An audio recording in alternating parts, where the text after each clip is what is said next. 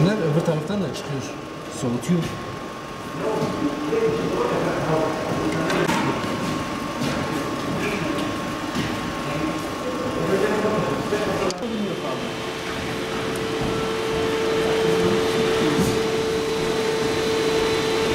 Burada biz antifrizi analiz ediyoruz. Şurada değerlerine bakarak eksi kaç derece olur? Şu anda şu aracın antifriz derecesi eksi 20 derece. Eksi 20 derecede de bu araç Adıyaman şartlarında donma yapmaz. Araçlar orada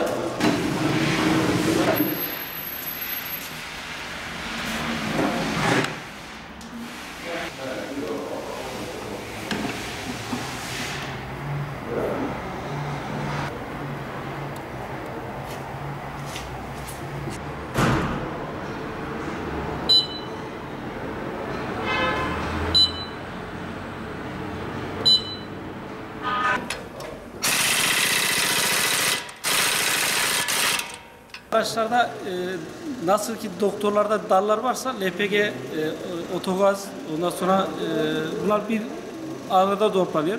Elektrik var, motor var, kaporta var. Bizim aracımız LPG. LPG'de şimdiki yeni nesil araçlar sıralı sistem.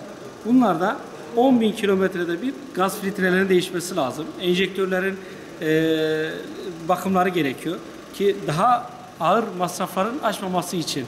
Ve kış geldiği zaman da antifrizleri geçmesi lazım. Antifriz ve LPG bakımları kış şartlarında zorunludur. Daha ağır hatalar vermemesi için. Bundan sonraki aşamalarını söyleyelim. Düzenli nasıl ki periyodik bakımı yapılıyorsa, yağını, yağ filtresini her 10 binde bir yapıyorsanız bunun da gaz filtresinin düzenli değişmesi lazım. Gaz filtresi LPG'nin ömrünü uzatır. Enjektör dediğimiz LPG'nin ömürlerini uzatır. Regülatörümüzün ömrünü uzatır. Bu daha randımanlı, daha düzgün çalıştığı için de bu araçta yakıt tasarrufu da sağlanır. Performansı da iyi olur. Kışın yapılması gerekenler lastik, antifriz, ondan sonra akü ölçümü ve düzenli bir şekilde LPG'nin bakımının yapılması şarttır, yani zorunludur. Zor olarak da düzenli bakımlar olmadığı sürece siboplara da zarar verir. Siboplar motorun yarısı ener, sibopları değişir. Yani masrafınız 50 iken 300, 300 iken 500, 500 iken 3000 liraya kadar yol açacak masraflar var. Sürücüde kaynaklanan hatalar tamamen müşteri, sürücülerin umursamamazlığından kaynaklanıyor. Bunu düzenli bir şekilde bakımlarını yaparlarsa araçlarda hiçbir problem çıkmaz.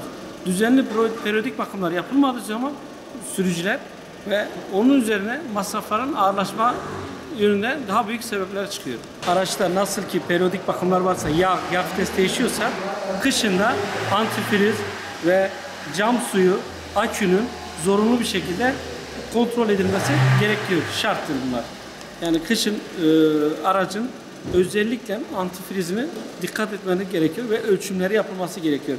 Antifriz değerleri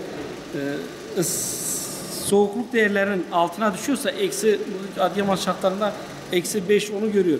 Eğer ki onun altına düşüyorsa direkt antifrizin koyulması gerekiyor. Antifriz koyulmadığı sırada motorun direkt soğuk zamanlarda donma yapar.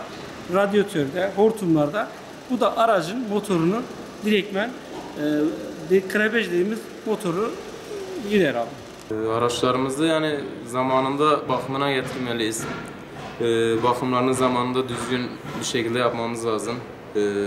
Yani araçta herhangi bir arıza çıktığı zaman ya hani bu bir şey olmaz gibisinden söylerseniz, daha çok bu arızanın üstüne giderseniz hem yani parasal anlamda daha çok bir kışın zaten araçlarımızın genelde yani antifrizi olması lazım ki Adıyaman şartları da öyle çok büyük, yani nasıl desem, yani öyle bayağı soğuk bir memleket değil. Binde bir bayağı eksilere düşüyoruz. Ya antifrizi eksik etmemeliyiz. Antifrizini mesela daima kontrol etmeliyiz. Hava filtresidir, yağıdır, şuyudur, kışlık bakımları yani düzenli bir şekilde yapmamız lazım. Mesela kar lastiğidir. Bunları falan taksak yani hiç zincire bile gerek kalmıyor çoğu zaman. Kar lastiği mesela çok önemli. Yani zincire bile takmaya gerek yoktur kışın.